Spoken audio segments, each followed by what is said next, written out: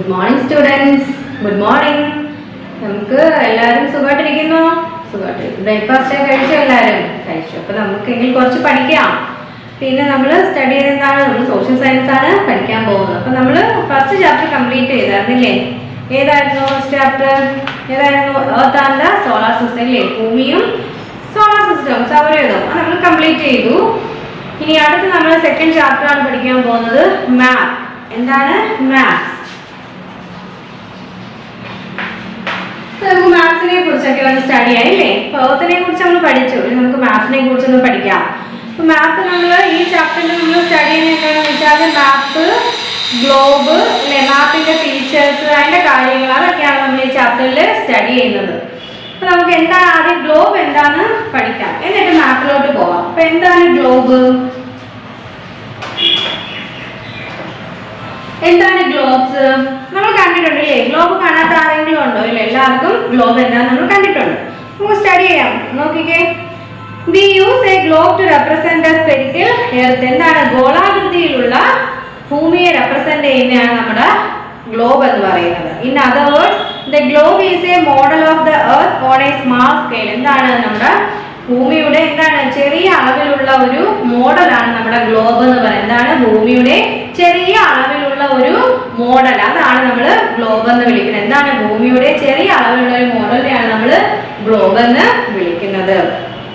നോക്കിക്കേ, the shapes of the continents and ocean are quite precise on a globe. എന്താണ്? കോണ്ടിനെന്റ്സിന്റെയും ഓഷ്യൻസിന്റെയും വൻകരകളുടെയും സമുദ്രങ്ങളുടെയും ഒക്കെ എന്താണ് shape ഗ്ലോബിൽ precise ആയി കൃത്യമായിട്ട് ചെയ്തിരിക്കും. Their sizes are shown on a reduced scale, but the details like a small town and villages of a country cannot be shown on a globe. എന്താണ്? their sizes are shown on reduced scale. അപ്പോൾ reduced scale, കുറഞ്ഞ സ്കെയിലായിരിക്കും അവയുടെ size. കോണ്ടിനെന്റ്സിന്റെയും എന്താണ് നമ്മുടെ ഓഷ്യൻസിന്റെയൊക്കെ size ചെറുതാക്കിയായിരിക്കും നമ്മുടെ ഗ്ലോബിൽ തന്നേക്കുന്നത്. But the details are like a small town and villages of a country cannot be shown on a globe. എന്താണ്?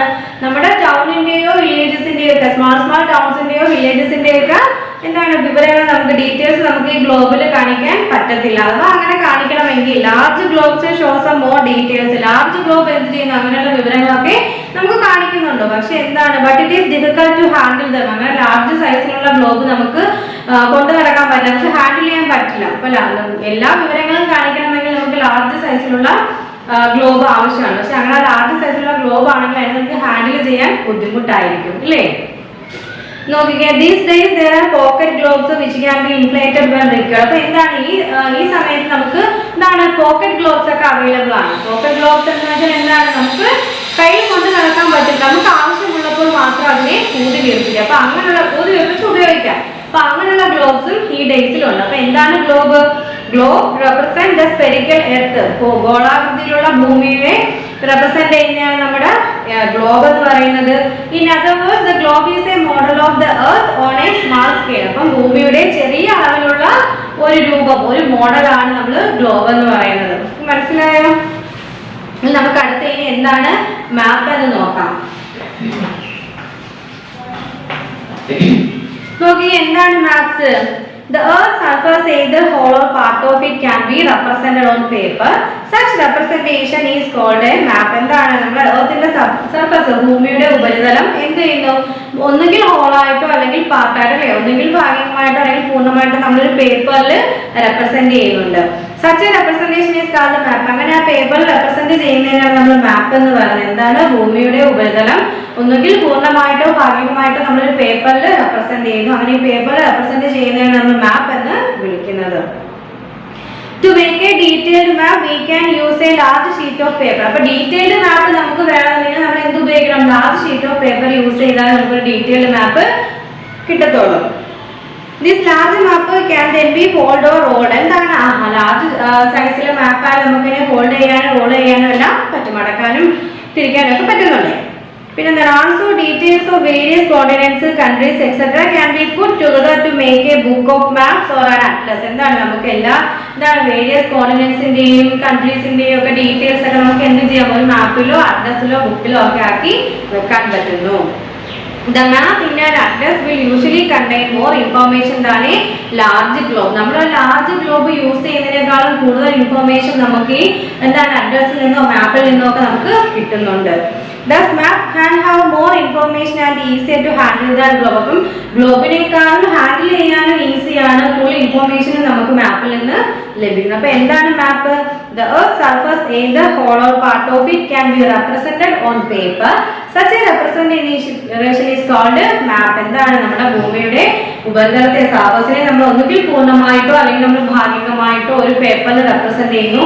ആ ഒരു റെപ്രസെന്റേഷൻ ആണ് റെപ്രസെന്റ് ചെയ്യുന്നത് നമ്മൾ മാപ്പ് എന്ന് വിളിക്കുന്നത്. അടുത്ത പാരഗ്രാഫ് നോക്കിക്കേ.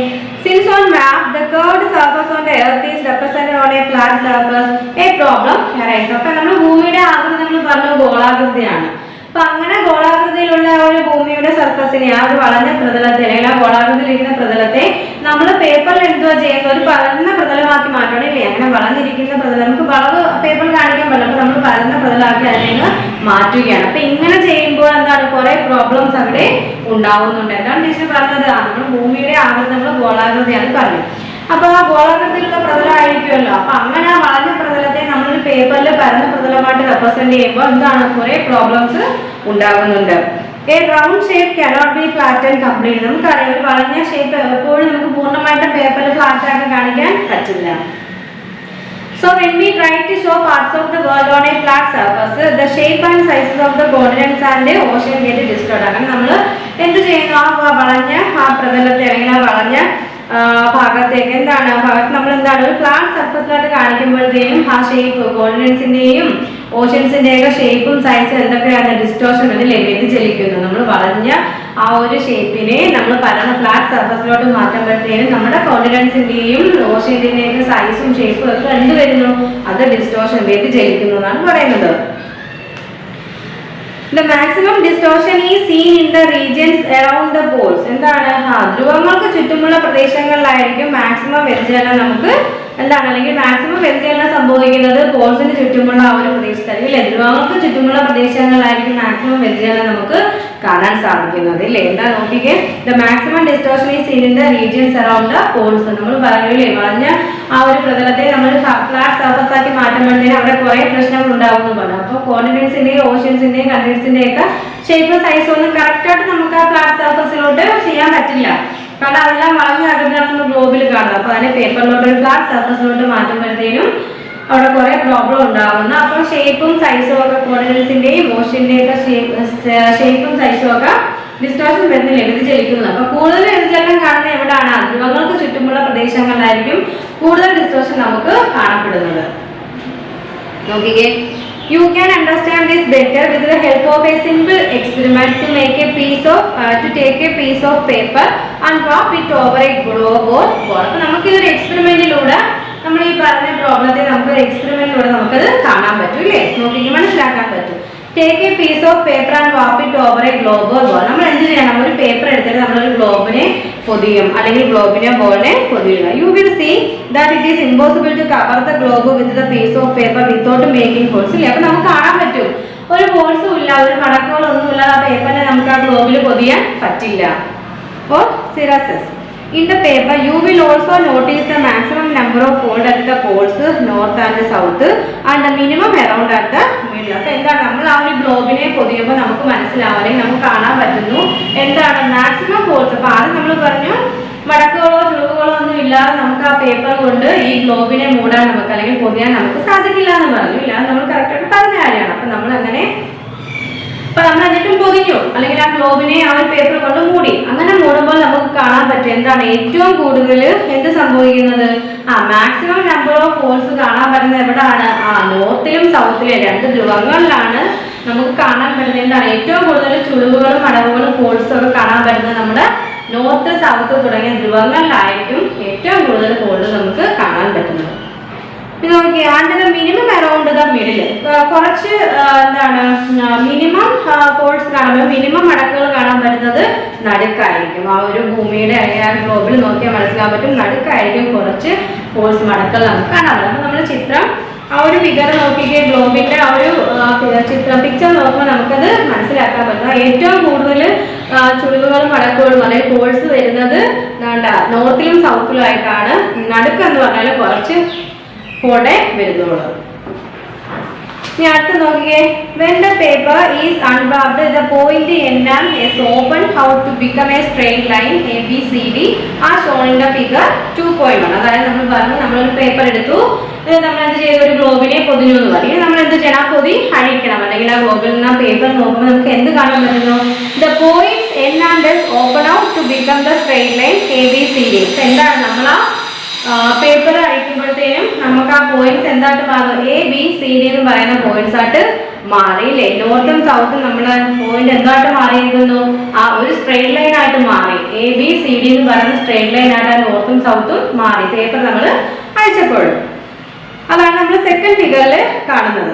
The part with the least number of pieces open out in the straight line RT. ഇപ്പൊ നമ്മൾ ഇവിടെ അതുപോലെ തന്നെയാണല്ലേ, എന്താണ് ലീസ്റ്റ് നമ്പർ ഓഫ് ഫേസസ് കാണാൻ പറ്റുന്നത് എവിടെയാണ്, RT എന്ന് പറഞ്ഞ പോയിന്റിലാണ്. എന്താണ്, മിനിമം ഫോൾഡ് കാണാൻ പറ്റുന്നില്ലേ, അല്ലെങ്കിൽ മിനിമം ഡിസ്റ്റോർഷൻ കാണാൻ പറ്റുന്നത് എവിടെയാണ്, RT എന്ന് പറഞ്ഞ ഒരു പോയിന്റിലാണ്. നോക്കിക്കേ, the line ABCD and RT are all equal in length. Now do you see how the balls which are just points on the globe are stretched in a map and become equal to the middle portion of the globe. The shapes near the pole of the earth have maximum distortion where represented on a മാപ്പ്. എന്താണ് നമ്മൾ പറഞ്ഞത്, അതായത് നമ്മൾ കണ്ടുപിടില്ലേ, paper നമ്മൾ നൂത്തപ്പെടുന്നതിനും ഏറ്റവും കൂടുതൽ ചുളിവുകളുള്ളത് നമ്മുടെ ഇവിടെ തന്നെയാണ്. ABCD എന്ന് പറയുന്ന ആ രണ്ട് എന്താണ് ആ ഒരു ലൈനിലാണ് അല്ലേ, ഒരു സ്ട്രെയിറ്റ് ലൈനിലായിരുന്നു നമ്മൾ ഏറ്റവും കൂടുതൽ ഇത് കണ്ടത്. നടുക്ക് എന്ത് തന്നെയാണ്, മിനിമം ഫോഴ്സ് നമ്മൾ RT എന്ന് പറയുന്ന ആ ഒരു പോയിന്റ് നമുക്ക് കാണാൻ സാധിക്കുന്നുള്ളൂ. ഈ AB ആയാലും CD ആയാലും RT ആയാലും ഇവ മൂന്നും എന്ത് തന്നെയാണ്, ഈക്വൽ ലെങ്ത്, ഇവയെല്ലാം നീളത്തിൽ ഒരുപോലാണെന്ന് പറഞ്ഞു. നോക്കി ആ സെക്കൻഡ് ഫിഗർ കണ്ടോ, നമ്മൾ ഈ ഗ്ലോബിൽ പൊതിഞ്ഞിരുന്ന ആ പേപ്പർ നമ്മൾ നൂത്തപ്പെടുത്തേക്കും ABCD RT എന്ന് പറയുന്ന സ്ട്രെയിറ്റ് ലൈനായിട്ട് മാറി. നോർത്തും സൗത്തും ഈ സ്ട്രെയിറ്റ് ലൈനായിട്ട് മാറി. ഏറ്റവും കൂടുതൽ അതാണ്ട് ഹോൾഡ് ഉള്ളത് എയിലും ABCDയിലാണ്, കുറച്ചുള്ളത് RT എന്ന് പറഞ്ഞ ഒരു സ്ട്രെയിറ്റ് ലൈനിൽ ആണ്. അടുത്ത് നോക്കിയേ, these days map with the minimum amount of distortion at the poles are being made. അപ്പൊ നമുക്ക് ഏറ്റവും എന്താണ് ധ്രുവങ്ങളിൽ ഏറ്റവും കുറഞ്ഞ അളവിലുള്ള വ്യതിചലനമുള്ള മാപ്പുകൾ നമുക്ക് ഇപ്പൊ നിർമ്മിക്കുന്നുണ്ട് അല്ലേ. ഇങ്ങനെ എന്താണ് കുറെ പ്രോബ്ലംസ് അറൈസ് ചെയ്തത് കൊണ്ട് തന്നെ ധ്രുവങ്ങളുടെ ചുറ്റുമുള്ള ഭാഗങ്ങൾ വ്യതിചലിക്കുന്നു എന്ന് പറഞ്ഞു. അപ്പൊ ആ ഒരു വ്യതിചലനം കുറച്ചുകൊണ്ടുള്ള മാപ്പുകൾ നമുക്കിപ്പോൾ അവൈലബിൾ ആയിട്ടുണ്ടാകാൻ ലഭിക്കുന്നുണ്ട്. നോക്കിക്കേ, നമുക്ക് ഇനി some of these are described. അപ്പൊ നമുക്കിനി കുറച്ച് ടൈപ്പ് ഓഫ് മാപ്പ് അല്ലെങ്കിൽ എന്താണ് ഡിഫറെന്റ് കൈൻഡ് ഓഫ് മാപ്പ് ഉണ്ട്. അപ്പൊ നമുക്കിനി അതൊന്ന് സ്റ്റഡി ചെയ്യാം. അപ്പൊ നമ്മൾ ആദ്യം പറഞ്ഞത് ഗ്ലോബ് ആയിരുന്നു. എന്താണ് ഗ്ലോബ് എന്ന് നമ്മൾ സ്റ്റഡി ചെയ്തു. പിന്നെ നമ്മൾ മാപ്പാണ് ഇപ്പോൾ പഠിച്ചുകൊണ്ടിരിക്കുന്നത്. മാപ്പ് എന്താണെന്ന് പറഞ്ഞു, the earth surface either hollow part of it can be represented on paper. Such a representation is called a map. അപ്പൊ എന്താണ്, പേപ്പറിൽ നമ്മൾ ഭൂമിയുടെ ഉപരിതലത്തെ പൂർണ്ണമായിട്ടോ ഭാഗികമായിട്ടോ ഒരു പേപ്പറിൽ നമ്മൾ ചിത്രീകരിക്കുന്നതിനാണ് നമ്മൾ മാപ്പ് എന്ന് പറഞ്ഞത്. പിന്നെ നമ്മൾ എന്ത് സ്റ്റഡി ചെയ്തത്, മാപ്പ് എന്ത് ചെയ്യുന്നു എന്ന് പറഞ്ഞു. മാപ്പ് നമ്മളൊരു ഭൂമിയുടെ ആ വളഞ്ഞ പ്രതലത്തിൽ നമുക്ക് മാപ്പിൽ സർഫസ് അത് എന്താണ് ഒരു ഭരണ പ്രതലമായിട്ട് മാറ്റുമ്പോഴത്തേക്കും കുറെ പ്രോബ്ലംസ് അറൈസ് ചെയ്യണമെന്ന് പറഞ്ഞു. ആ ഒരു പ്രോബ്ലം ഏറ്റവും കൺട്രീസും കോർഡിനേറ്റ്സും എല്ലാം അതിന്റെ ഷേപ്പ് സൈസൊക്കെ ഡിസ്റ്റോർഷൻ ആകും. അങ്ങനെ ഏറ്റവും കൂടുതൽ ഡിസ്റ്റോർഷൻ സംഭവിക്കുന്നത് എവിടെയാണ്, ധ്രുവങ്ങൾക്ക് ചുറ്റിലുള്ള പ്രദേശങ്ങളിലായിരിക്കും ഏറ്റവും കൂടുതൽ ഡിസ്റ്റോർഷൻ സംഭവിക്കുന്നത് പറഞ്ഞു. ഇനി അടുത്ത് നമ്മൾ നോക്കുന്നത് വേരിയസ് ടൈപ്പ് ഓഫ് മാപ്സ് ആണ്, വേരിയസ് കൈൻഡ് ഓഫ് മാപ്പ്. അതിൽ ഫസ്റ്റ് നമ്മൾ പഠിക്കുന്നത് എന്താണ്, ഫിസിക്കൽ മാപ്പ്. ഒന്നാമത്തെ ഏതാണ്, ഫിസിക്കൽ മാപ്പ്.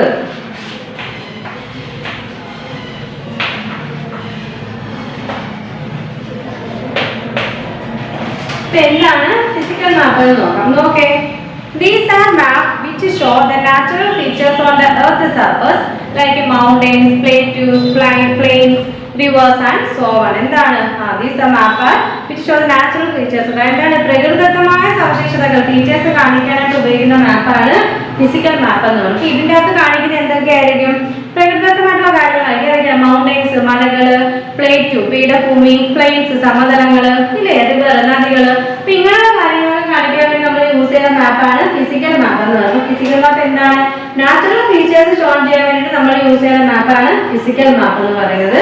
ഫിസിക്കൽ മാപ്പിൽ എന്തൊക്കെയാണ് കാണിക്കുന്നത്, ഏതൊക്കെയാണ്, മൗണ്ടൈൻസ്, പ്ലേറ്റു, പ്ലെയിൻസ്, പിന്നെ റിവേഴ്സ്, ഇതൊക്കെയാണ് ഈ മാപ്പിൽ നമ്മൾ കാണാൻ സാധിക്കുന്നത്. അപ്പൊ എന്താണ് physical maps, These are maps which show the natural features on the earth surface. അപ്പോൾ ഭൂമിയുടെ ഉപരിതലത്തിലുള്ള നാച്ചുറൽ ഫീച്ചേഴ്സ് കാണിക്കാൻ വേണ്ടിയിട്ട് യൂസ് ചെയ്യുന്ന മാപ്പാണ് ഫിസിക്കൽ മാപ്പ് എന്ന് പറയുന്നത്. ആ ഏതൊക്കെയാണ് നമുക്ക് കാണിക്കുന്നത്? Mountains, plateau, plains, river etcetera. അപ്പോൾ അടുത്ത രണ്ടാമത്തെ മാപ്പാണ് പൊളിറ്റിക്കൽ മാപ്പ്.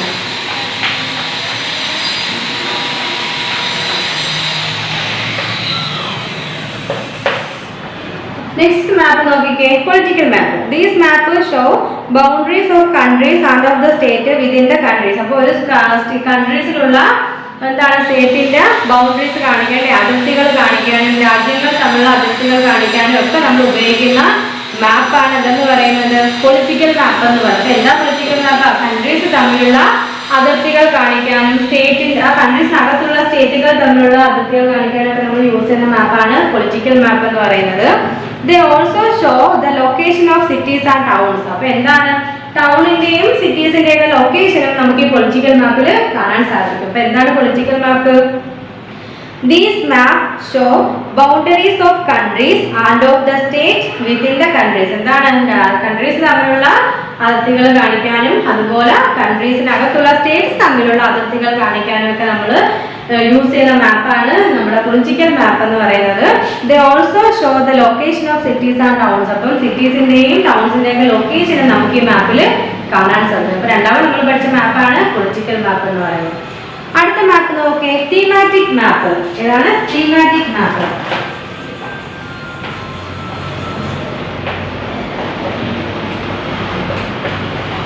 അത് മൂന്നാമത് നമ്മൾ സ്റ്റഡി ചെയ്യുന്ന മാപ്പാണ് തീമാറ്റിക് മാപ്പ് എന്ന് പറയുന്നത്. നോക്കിക്കേ, maps can also show type of soils, forest areas, the distribution of minerals and industries and so on in an area. അപ്പോൾ ഒരു ഏരിയയിലുള്ള എന്തൊക്കെ കാണിക്കുന്ന സോയില് ഇല്ലേ, ടൈപ്പ് ഓഫ് സോയിൽ കാണിക്കും. അവിടെയുള്ള വ്യത്യസ്ത തരത്തിലുള്ള മണ്ണ് സോയിൽസ് കാണിക്കുന്നു. ഫോറസ്റ്റ് ഏരിയ വനപ്രദേശങ്ങൾ കാണിക്കുന്നു. The distribution of minerals and industries അതായത് ധാതുക്കളുടെയും ഇൻഡസ്ട്രികൾ സാധനങ്ങളുടെയും ഡിസ്ട്രിബ്യൂഷനെ കാണിക്കുന്നു. അപ്പോൾ ഒരു ഏരിയയിലുള്ള ഒരു ലൊക്കേഷനിലുള്ള ടൈപ്പ് ഓഫ് സോയിൽസിനെയോ മിനറൽസിലെ distribution of minerals, industries, forest area, അപ്പൊ ഇതിനെയൊക്കെ കാണിക്കാൻ വേണ്ടിയിട്ട് നമ്മൾ ഉപയോഗിക്കുന്ന മാപ്പാണ് എന്ന് പറയുന്നത് തീമാറ്റിക് മാപ്പ് എന്ന് പറയുന്നത്. അടുത്ത നോക്കിക്കേ, such map which are based on a theme or a topic are called thematic. ഇങ്ങനെയുള്ള മാപ്പിന് എന്തെങ്കിലും ഒരു തീം കാണും അല്ലെങ്കിൽ ഒരു ടോപ്പിക്ക് ഇതിൽ കാണും. അപ്പൊ നമ്മൾ പറയുന്നത് മനസ്സിലാക്കണം, എന്താണ് ഒരു സ്ഥലത്തെ ഒരു ലൊക്കേഷനിലെ ടൈപ്പ് ഓഫ് സോയിൽസ് കാണിക്കുന്നു, ഫോറസ്റ്റ് ഏരിയാസ് കാണിക്കുന്നു, അപ്പൊ അതിന്റെ ഡിസ്ട്രിബ്യൂഷൻ ഓഫ് മിനറൽസ്, പിന്നെ ഇൻഡസ്ട്രീസ്. അപ്പൊ ഇതൊക്കെ കാണിക്കാനായിട്ടാണ് നമ്മൾ എന്ത് ഉപയോഗിക്കുന്നത്? തീമാറ്റിക് മാപ്പ് യൂസ് ചെയ്യുന്നത്. അപ്പം 3 ടൈപ്പ് ഓഫ് മാപ്പ് നമ്മൾ പറഞ്ഞു. ഫിസിക്കൽ മാപ്പ് പറഞ്ഞു, പൊളിറ്റിക്കൽ മാപ്പ് പറഞ്ഞു, തീമാറ്റിക് മാപ്പ് പറഞ്ഞു. ഫസ്റ്റ് എന്താണ് ഫിസിക്കൽ മാപ്പ് നമ്മൾ പറഞ്ഞത്? അപ്പൊ ദീസ് മാപ്പ് എന്താണ്? These are map which show the natural features of the earth surface like mountain, plateau, plain, rivers and so. എന്താണ് ഒരു ഭൂമിയുടെ ഉപരിതലത്തിലുള്ള എന്താണ് പ്രകൃതിദത്തമായിട്ടുള്ള ഫീച്ചേഴ്സ് കാണിക്കാനാണ് ഫിസിക്കൽ മാപ്പ് യൂസ് ചെയ്യുന്നത്. ഏതൊക്കെയായിരുന്നാണ്? Mountains, river, plains, plateaus etcetera. എന്താണ് നമ്മൾ പറയുന്നത്? Political map. എന്താണ് political map? These map show boundaries of countries and of the state within the countries. അപ്പോൾ ഒരു കൺട്രിക്ക് അകത്തുള്ള ബൗണ്ടറീസും അതുപോലെ തന്നെ കൺട്രിക്കകത്തുള്ള സ്റ്റേറ്റുകൾ തമ്മിലുള്ള ബൗണ്ടറീസും ഒക്കെ കാണിക്കാനാണ് പൊളിറ്റിക്കൽ മാപ്പ് യൂസ് ചെയ്യുന്നതെന്ന് പറഞ്ഞു. They also show the location of cities and towns. അത് എന്തുകൂടി കാണിക്കുന്നുണ്ട്? സിറ്റീസും ടൗൺസിന്റെ ലൊക്കേഷനും കൂടെ നമുക്ക് പൊളിറ്റിക്കൽ മാപ്പിൽ നിന്ന് കാണാൻ കഴിയുന്നുണ്ട്. മൂന്നാമത് നമ്മൾ പറഞ്ഞ മാപ്പാണ് തീമാറ്റിക് മാപ്പ്. തീമാറ്റിക് മാപ്സ് എന്താണ്? Maps can also show type of soils, forest areas, the distribution of minerals and industries and so on in an area. അപ്പോൾ ഒരു പ്രത്യേക ഏരിയയിലുള്ള അവിടുത്തെ ടൈപ്പ് ഓഫ് സോയിൽസ്, മണ്ണിന്റെ ഇനങ്ങളായാലും അവിടുത്തെ ഫോറസ്റ്റ് ഏരിയ വനപ്രദേശങ്ങൾ, ഡിസ്ട്രിബ്യൂഷൻ ഓഫ് ധാതുക്കളുടെയും വ്യവസായങ്ങളുടെയും ഡിസ്ട്രിബ്യൂഷൻ, ഇതാണ്. നമുക്ക് ഇതിനെല്ലാം കാണിക്കാനായിട്ട് നമ്മൾ ഉപയോഗിക്കുന്ന മാപ്പാണ് തീമാറ്റിക് മാപ്പ് എന്ന് പറയുന്നത്. പിന്നെ എന്താണ്? This map which are based on theme or a topic are called thematic map. എന്താണ്? ഇതൊരു പ്രത്യേക തീം അല്ലെങ്കിൽ ഒരു ടോപ്പിക് വെച്ചിട്ടായിരിക്കും ഈ തീമാറ്റിക് മാപ്പ് നമ്മൾ സെറ്റ് ചെയ്യുന്നത്. നമ്മൾ 3 ടൈപ്സ് ഓഫ് മാപ്പ് ആയിരുന്നു ഡിസ്കസ് ചെയ്തത്. ഏതൊക്കെ പറഞ്ഞു? Physical map, political map, thematic map. ഇനി നമ്മൾ അടുത്ത ഹിസ്റ്ററി ഓഫ് മാപ്പ് മേക്കിംഗ്, അതായത് എന്താണ് ഭൂപട നിർമ്മാണത്തിന്റെ ഹിസ്റ്ററി, ചരിത്രത്തെ കുറിച്ചാണ് നമ്മളൊന്ന് സ്റ്റഡി ചെയ്യാൻ പോകുന്നത്. എന്താണ് നമ്മൾ സ്റ്റഡി ചെയ്യാൻ പോകുന്നത്? എന്താണ് മാപ്പ് മേക്കിങ്ങിന്റെ ഹിസ്റ്ററി ഓഫ് മാപ്പ് മേക്കിംഗ്.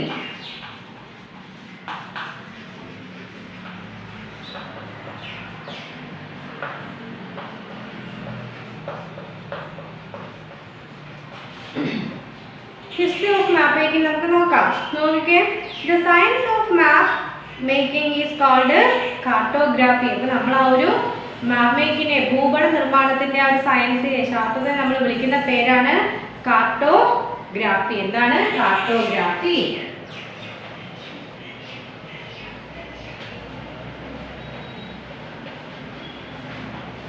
നമ്മുടെ ഭൂപട നിർമ്മാണത്തെ നമ്മൾ വിളിക്കുന്ന പേരെന്താണ്? കാർട്ടോഗ്രാഫി എന്നാണ് നമ്മുടെ ഭൂപട നിർമ്മാണത്തെ നമ്മൾ വിളിക്കുന്ന പേര്. The science of map making is called cartography. എന്താണ് ആ ഒരു മാപ്പ് മേക്കിങ്ങിന്റെ ആ ഒരു സയൻസിനെ നമ്മൾ വിളിക്കുന്ന പേരാണ് കാർട്ടോഗ്രാഫി എന്നത്.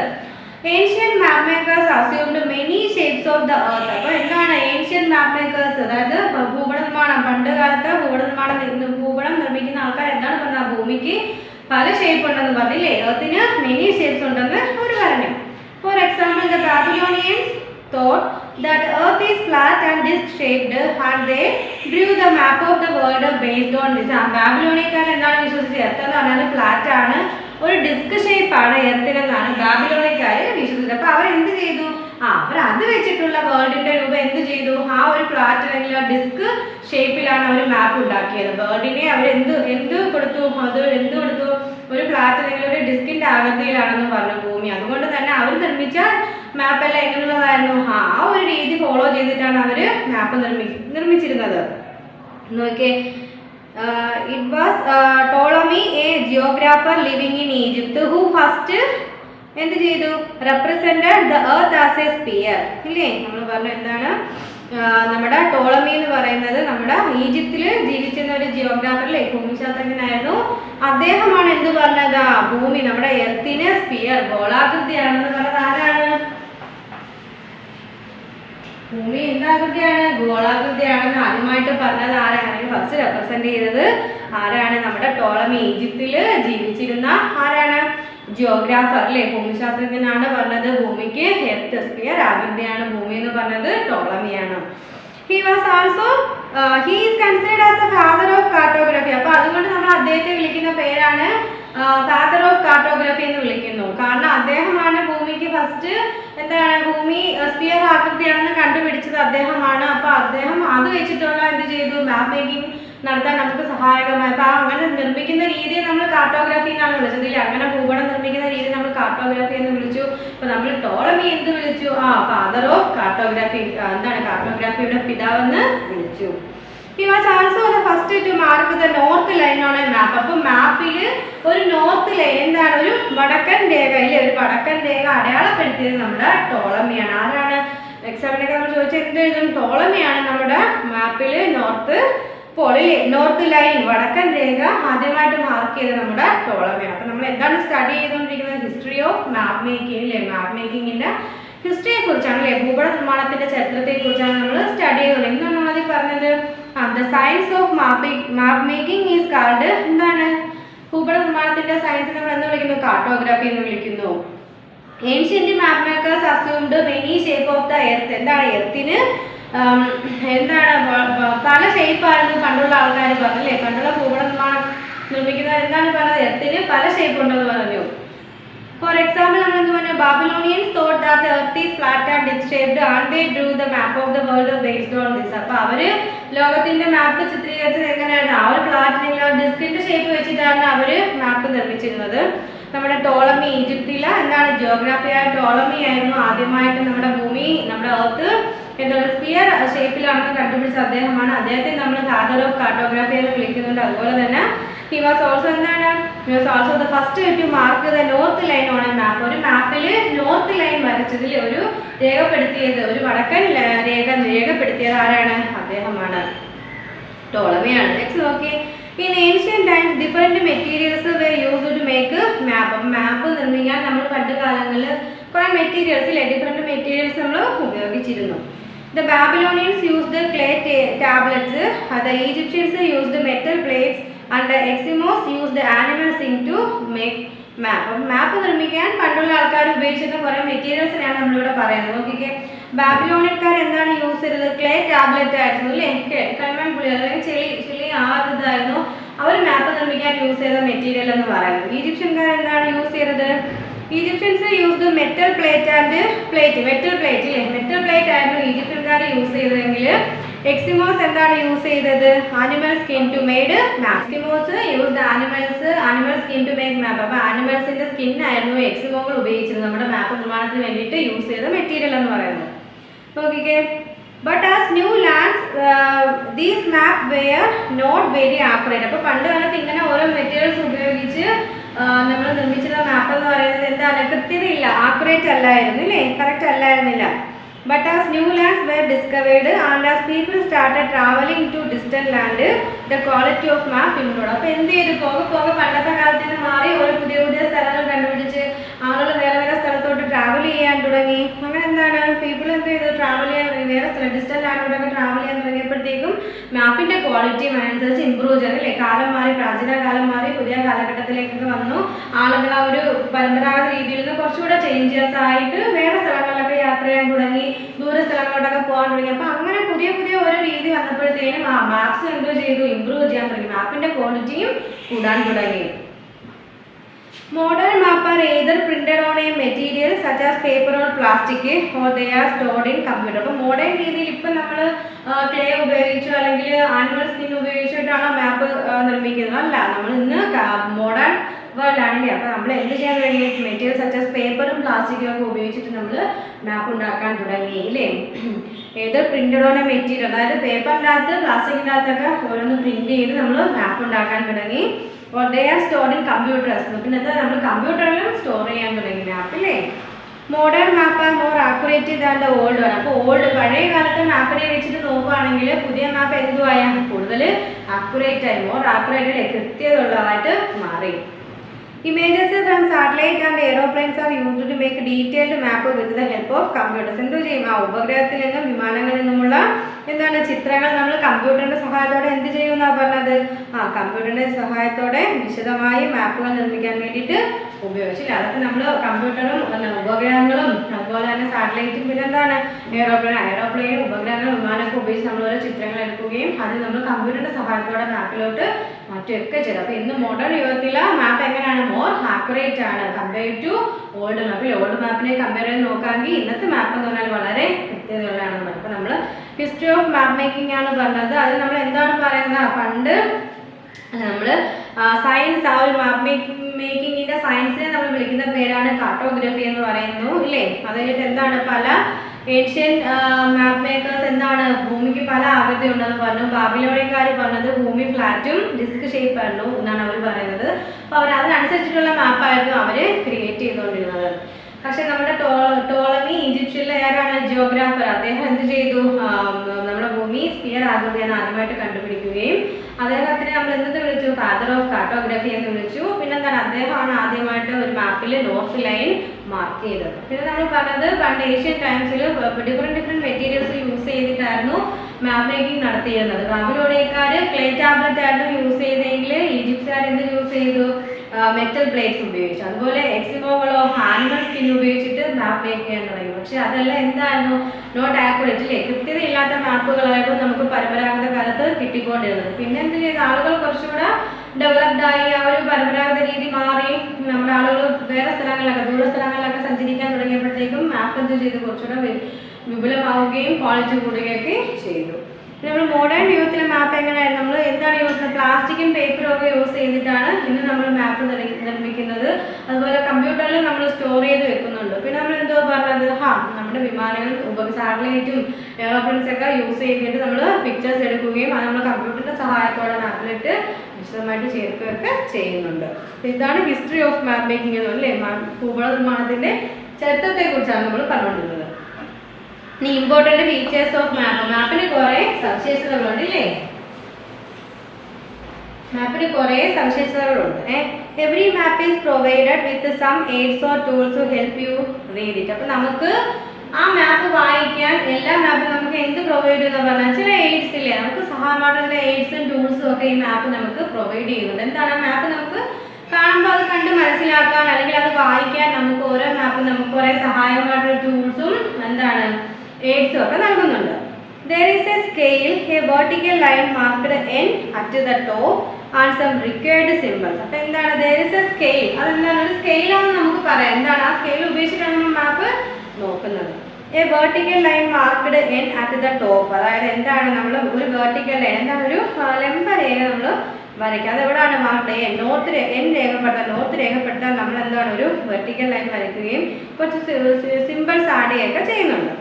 These are essential features of map. അപ്പോൾ ഇതൊക്കെ എന്താണ് നമ്മുടെ മാപ്പിൻ്റെ ഫീച്ചേഴ്സ് ആണ്. സ്കെയിൽ, അതുപോലെ തന്നെ നമ്മൾ ഒരു വെർട്ടിക്കൽ ലൈൻ വരയ്ക്കുന്നു, അതെല്ലാം എന്താണ് നമ്മുടെ മാപ്പിൻ്റെ ഡിഫറെൻറ്റ് ഫീച്ചേഴ്സ് ആണ് നമ്മൾ പറയുന്നത്. നമുക്ക് അതിനെ എന്താണ് വിശദമായിട്ടൊന്ന് സ്റ്റഡി ചെയ്യാം. അത് നോക്കിയ സ്കെയിൽ, മാപ്പിൻ്റെ ഒന്നാമത്തെ ഫീച്ചറാണ് സ്കെയിൽ എന്ന് പറയുന്നത്. സ്കെയിൽ എന്താണെന്ന് നോക്കാം. നോക്കിക്കേ, if you look through your atlas you will see map of countries, continent and even of the whole world. അപ്പോൾ എന്താണ്, നമ്മൾ മാപ്പിൽ അല്ലെങ്കിൽ നമ്മുടെ അറ്റ്ലസിലോട്ട് നോക്കുകയാണെങ്കിൽ നമുക്ക് എന്ത് കാണാം, കൺട്രീസിൻ്റെ മാപ്പ് അല്ലേ, മാപ്പ് കാണാം. അപ്പോൾ അതിൽ കോണ്ടിനെന്റ്സ് കാണും, വേൾഡ് അല്ലേ, ഹോൾ വേൾഡ് നമുക്കതിൽ കാണാൻ പറ്റുന്നു. Thus very large areas are shown on a small sheet of paper.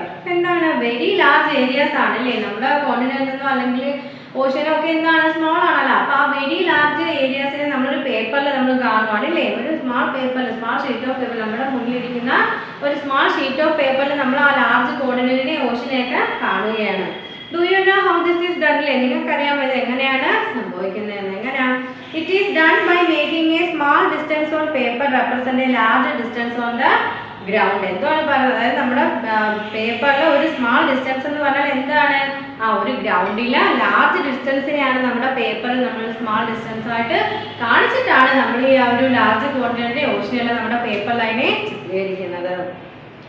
It is decided that a particular length on paper will show a particular distance on the ground. അപ്പോൾ ഗ്രൗണ്ടിലെ ആ ഒരു particular ഡിസ്റ്റൻസിനെ നമ്മുടെ പേപ്പറിൽ എന്ത് ചെയ്യുന്നു, അതിൻ്റെ ലെങ്ത്, പർട്ടിക്കുലർ ലെങ്ത് നമ്മൾ മാത്രമേ കാണിക്കുന്നുള്ളൂ. For example let us consider two places. നമുക്ക് 100 കിലോമീറ്റേഴ്സിലുള്ള രണ്ട് പ്ലേസിനെ എടുക്കാം. ഏതൊക്കെ നോക്കിക്കേ. Say the 1 centimeter on the map stand for 50 kilometer on the ground. അപ്പം നമ്മുടെ പേപ്പറിൽ അല്ലെങ്കിൽ മാപ്പിലെ 1 സെൻറ്റിമീറ്റർ എന്ന് പറയുന്നത് ഗ്രൗണ്ടിലെ 50 കിലോമീറ്റർ ആയിരിക്കും. അപ്പോൾ അത്രയും ഡിസ്റ്റൻസ് ഉണ്ട്.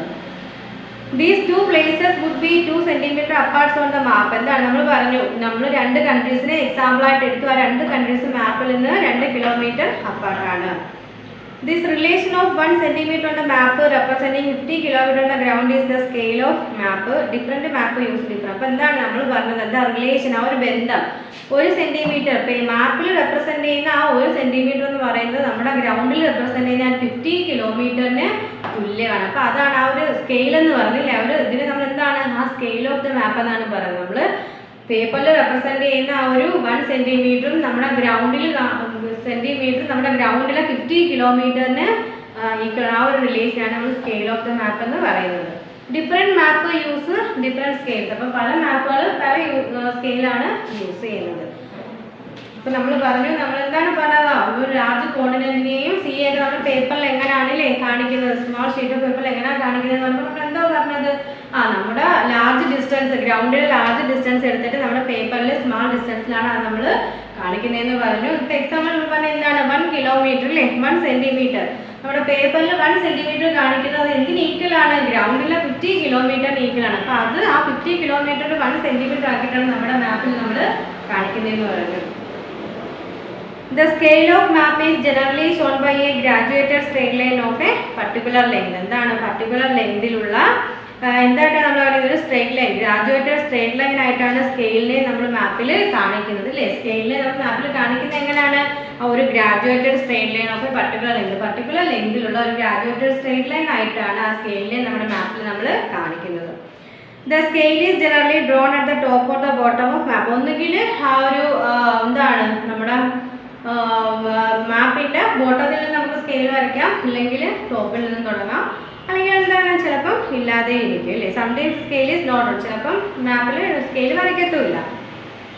It is given in words. For example, 1 centimeter to 100 kilometer. This means that 1 centimeter on the map represents 100 kilometers. അതൊക്കെ അവിടെ നമ്മൾ നേരത്തെ പറഞ്ഞതല്ലേ, 1 centimeter പേപ്പറിലെ 1 centimeter എന്ന് പറഞ്ഞാൽ എന്താണ്, മാപ്പിലെ 1 സെൻറ്റിമീറ്റർ എന്ന് പറഞ്ഞാൽ നമ്മുടെ ഗ്രൗണ്ടിലെ 100 കിലോമീറ്ററിന് ഈക്വൽ ആയിരിക്കും. അപ്പോൾ ആ ഗ്രൗണ്ടിലെ 100 കിലോമീറ്ററിനെയാണ് നമ്മുടെ പേപ്പറിൽ സ്കെയിൽ വെച്ചിട്ട്, മാപ്പിൽ സ്കെയിൽ വെച്ചിട്ട് 1 സെൻറ്റിമീറ്റർ ആയിട്ട് കാണിക്കുന്നത്, റെപ്രസെൻറ്റ് ചെയ്യുന്നത്. Observe the scale drawn in figure 2.2 which show a part of town on the scale 1 centimeter on the map represent 100 meters on the ground. നമ്മൾ പറഞ്ഞതാണ് നമ്മൾ ആ ഫിഗർ നോക്കി 2.2 ടെക്സ്റ്റിൽ 2.2 map showing a part of town എന്ന് പറയുന്ന picture നോക്കിയാൽ നമുക്ക് മനസ്സിലാവും ഇല്ലേ എന്താണ് 1 സെന്റിമീറ്റർ 100 കിലോമീറ്റർ ഗ്രൗണ്ടിൽ 100 കിലോമീറ്റർ ആ ദൂരത്തുള്ളതിനെ നമ്മുടെ മാപ്പിൽ നമ്മുടെ മുമ്പിലിരിക്കുന്ന പിക്ചറിൽ 1 സെന്റിമീറ്ററിലാണ് ഓരോന്ന് കാണുന്നത് ടൗൺ ആണ് അത് ഒരു ടൗണിൻ്റെ അകത്തുള്ള കാര്യങ്ങളാണ് കാണിച്ചിരിക്കുന്നത്. ഒന്നാമത്തെ ഡിസ്റ്റൻസ് ഒന്നാമത്തെ ഫീച്ചർ നമ്മൾ പഠിച്ചത് എന്താണ് സ്കെയില്. അപ്പം മാപ്പിൻ്റെ ഒന്നാമത്തെ ഫീച്ചറായ സ്കെയിലിനെ കുറിച്ചാണ് നമ്മൾ പഠിച്ചത്. എന്താണ് പല മാപ്പും പല ഡിഫറെൻറ്റ് സ്കെയിൽസ് ആണ് യൂസ് ചെയ്യുന്നതെന്ന് പറഞ്ഞു. സ്കെയിൽ എന്താണ് scale of a map is generally എങ്ങനെയാണ് ഷോൺ ചെയ്യുന്നത് generally shown by a graduated straight line of a particular length ഉള്ള ഗ്രാജുവേറ്റഡ് എന്താണ് സ്ട്രെയിറ്റ് ലൈൻ ആയിട്ടാണ് നമ്മൾ മാപ്പിൽ നമ്മുടെ സ്കെയിലിനെ ഷോ ചെയ്യിക്കുന്നത്. നമ്മുടെ ഗ്രൗണ്ടിലുള്ള 100 കിലോമീറ്റർ എന്ന് പറഞ്ഞാൽ നമ്മുടെ പേപ്പറിൽ നമ്മൾ എത്ര ആയിട്ടാണ് കാണിക്കുന്നത് 1 സെന്റിമീറ്റർ ആയിട്ടായിരിക്കും കാണിക്കുന്നത്. ഇനി രണ്ടാമത്തെ ഫീച്ചറാണ് ഫൈൻഡിങ് ഡിസ്റ്റൻസസ്. എന്താണ് finding distances?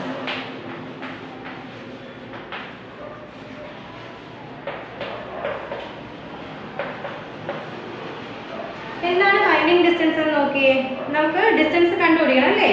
You can use the scale of a map to find the distance between any 2 points on it. അപ്പോൾ എന്താണ് നമുക്ക് സ്കെയിൽ ഉപയോഗിച്ചിട്ട് ഈ മാപ്പിനകത്തുള്ള സ്ഥലങ്ങൾ തമ്മിൽ ഏതെങ്കിലും 2 പോയിന്റ് തമ്മിലുള്ള എന്ത് കണ്ടുപിടിക്കാൻ പറ്റും ഡിസ്റ്റൻസ് നമുക്ക് കണ്ടുപിടിക്കാൻ പറ്റും. Say you want to find the actual ground distance between the clock tower D and temple. എന്താണ് നമുക്ക് clock tower D യും temple E യും അങ്ങനെ 2 point clock tower D clock tower D temple E ഇങ്ങനെ 2 point നമുക്ക് തന്നേക്കുവാണ്. First measure the distance between D and D using your ruler. നമ്മൾ ruler ഉപയോഗിച്ച് എന്ത് കണ്ടുപിടിക്കണം D യും E യും തമ്മിലുള്ള ഡിസ്റ്റൻസ് നമ്മൾ ആദ്യം കണ്ടുപിടിക്കണം. പിന്നെന്താണ് we find that DE measure 4 cm. അപ്പോൾ നമ്മൾ കണ്ടുപിടിക്കും D യും E യും തമ്മിൽ എത്രയാണ് 4 cm ഉണ്ടെന്ന് നമ്മൾ കണ്ടുപിടിക്കും ദൂരം. അപ്പോൾ 2 പോയിന്റുകൾ തമ്മിൽ നമുക്ക് ഡിസ്റ്റൻസ് എത്രയാണെന്ന് കണ്ടുപിടിക്കാൻ നമുക്ക് സ്കെയിൽ യൂസ് ചെയ്യാം. ഫൈൻഡിങ് ഡിസ്റ്റൻസിൽ 2 പോയിന്റുകൾ ഒരു മാപ്പിലെ 2 പോയിന്റുകൾ തമ്മിലുള്ള ഡിസ്റ്റൻസ് കണ്ടുപിടിക്കാൻ നമുക്ക് സ്കെയിൽ യൂസ് ചെയ്യാം. അപ്പോൾ ആദ്യം നമ്മൾ എന്ത് ചെയ്യണം നമ്മുടെ പോയിന്റ് എവിടേക്കാണ് ആദ്യം കണ്ടുപിടിക്കണം. D ആണ് നമ്മുടെ നമുക്കിപ്പോൾ എക്സാമ്പിൾ പറയുകയാണെങ്കിൽ ക്ലോക്ക് ടവർ D യും ടെംപ്ലിയും 2 പോയിന്റ് ആദ്യം നമ്മൾ ഇത് തമ്മിലുള്ള ദൂരം നമ്മൾ റൂളർ ഉപയോഗിച്ച് കണ്ടുപിടിക്കണം. നമ്മൾ കണ്ടുപിടിച്ചു D യും തമ്മിലുള്ള ദൂരം നമ്മൾ കണ്ടുപിടിച്ചു. അതായത് തമ്മിലുള്ള പോയിന്റ് ഇത് 4 സെന്റിമീറ്റർ നമ്മൾ റൂളർ ഉപയോഗിച്ച് കണ്ടുപിടിച്ചു. പിന്നെ എന്ത് ചെയ്യണം since 1 centimetre on the map represent 100 metre on the ground. അപ്പോൾ നമ്മൾ എന്താ പറഞ്ഞത് ഗ്രൗണ്ടിലെ 100 മീറ്റർ ആണ് ഇവിടെ നമ്മൾ മാപ്പിൽ 1 സെന്റിമീറ്റർ ആയിട്ട് പറയുന്നത്. അപ്പോൾ നമ്മൾ എന്ത് ചെയ്യണം ഫൈനൽ ഡിസ്റ്റൻസ് കണ്ടുപിടിക്കാൻ ആക്ച്വൽ ഡിസ്റ്റൻസ് കണ്ടുപിടിക്കാൻ നമ്മൾ എന്ത് ചെയ്യണം ഈ ഡി ഇയുടെ ഡിസ്റ്റൻസ് നമ്മൾ കണ്ടുപിടിച്ചു 4 സെന്റിമീറ്റർ ആണ് കണ്ടുപിടിച്ചത്. പക്ഷേ അതൊരു ആക്ച്വൽ ഡിസ്റ്റൻസ് ആണോ അല്ല, കാരണം ഗ്രൗണ്ടിലേക്കാൾ കുറച്ചാണ് നമ്മൾ മാപ്പിൽ കാണുന്നത്. അപ്പോൾ മാപ്പിലെ ഡിസ്റ്റൻസ് ആണ് നമ്മൾ 4 പറഞ്ഞത്, പക്ഷെ ഗ്രൗണ്ടിൽ അത് കറക്റ്റ് അല്ല, ഗ്രൗണ്ടിൽ കൂടുതലാണ് അല്ലേ. അപ്പോൾ നമ്മൾ മാപ്പിൽ 1 സെന്റിമീറ്റർ ആണ് ഉപയോഗിക്കുന്നതെങ്കിൽ അത് ഗ്രൗണ്ടിൽ എത്ര ആയിരിക്കും യഥാർത്ഥത്തിൽ 100 കിലോമീറ്റർ ആയിരിക്കും. അപ്പോൾ നമ്മൾ ഈ ആക്ച്വൽ ഡിസ്റ്റൻസ് നമ്മൾ എന്ത് ചെയ്യണം ഈ 4ന്റെ കൂടെ എന്ത് ചെയ്താൽ മതി ഇൻറ്റു 100 കണ്ടാൽ മതി ഇസിക്കൽ ടു 400 വരും ഇല്ലേ. അപ്പം എന്താണ് യഥാർത്ഥത്തിൽ ഇതെന്ന് പറഞ്ഞാൽ എത്രയാണ് 400 മീറ്റർ ആണ് മാപ്പിലെ ഡിയും ഇയും തമ്മിലുള്ള ആക്ച്വൽ ഡിസ്റ്റൻസ് എന്ന് പറഞ്ഞാൽ 400 മീറ്റർ ആണ്. 400 മീറ്റർ എങ്ങനെയാണ് വന്നത് നമുക്ക് 4 വരത്തുള്ളൂ. മാപ്പിൽ നോക്കുവാണെങ്കിൽ ഡിയും ഇയും 2 പോയിന്റ് തമ്മിലുള്ള അതായത് ക്ലോക്ക് ടവറും ടെമ്പിളും തമ്മിൽ മാപ്പിൽ നോക്കുവാണെങ്കിൽ 4 സെന്റിമീറ്റർ ഡിസ്റ്റൻസ് നമുക്ക് കാണാൻ പറ്റും. കാരണം ആ ഗ്രൗണ്ടിലുള്ളത് നമ്മൾ ചെറുതായിട്ട് നമ്മുടെ മാപ്പിൽ ചിത്രീകരിച്ചിരുന്നു. പക്ഷെ ഗ്രൗണ്ടിൽ അതിൻ്റെ യഥാർത്ഥ ദൂരം എന്ന് പറഞ്ഞാൽ കാണുന്നത് നമ്മൾ എന്ത് ചെയ്യണം 4ന്റെ കൂടെ 100 കൂടെ ഇൻറ്റു ചെയ്തെടുക്കണം. In the map shown in the figure 2.2. ഇപ്പോൾ 2.2ൽ വേറെ കുറേ കാര്യങ്ങൾ പോസ്റ്റ് ഓഫീസ് ടെമ്പിൾ സ്കൂൾ അങ്ങനെ കുറേ കാര്യങ്ങൾ തന്നിട്ടുണ്ട്. How will you find the ground distance between Kuna's house A and health club G. അപ്പോൾ കുനാസ് ക്ലബ്ബ് നമ്മൾ ആ ഒരു ഫിഗറിൽ നോക്കിയതാണ്. കുനാസ് ക്ലബ്ബ് തന്നിട്ടുണ്ട്, അതുപോലെ നമ്മുടെ ഹെൽത്ത് ക്ലബ്ബും തന്നിട്ടുണ്ട്. അപ്പോൾ 2 പോയിന്റ് നമുക്ക് തന്നേക്കുക കുനാസ് ഹൗസും ഹെൽത്ത് ക്ലബ്ബും. അപ്പോൾ കുനാസ് ഹൗസിൽ നമ്മൾ പോയിന്റ് എ എന്ന് പറയാം. കുനാസ് ഹൗസിൽ പോയിന്റ്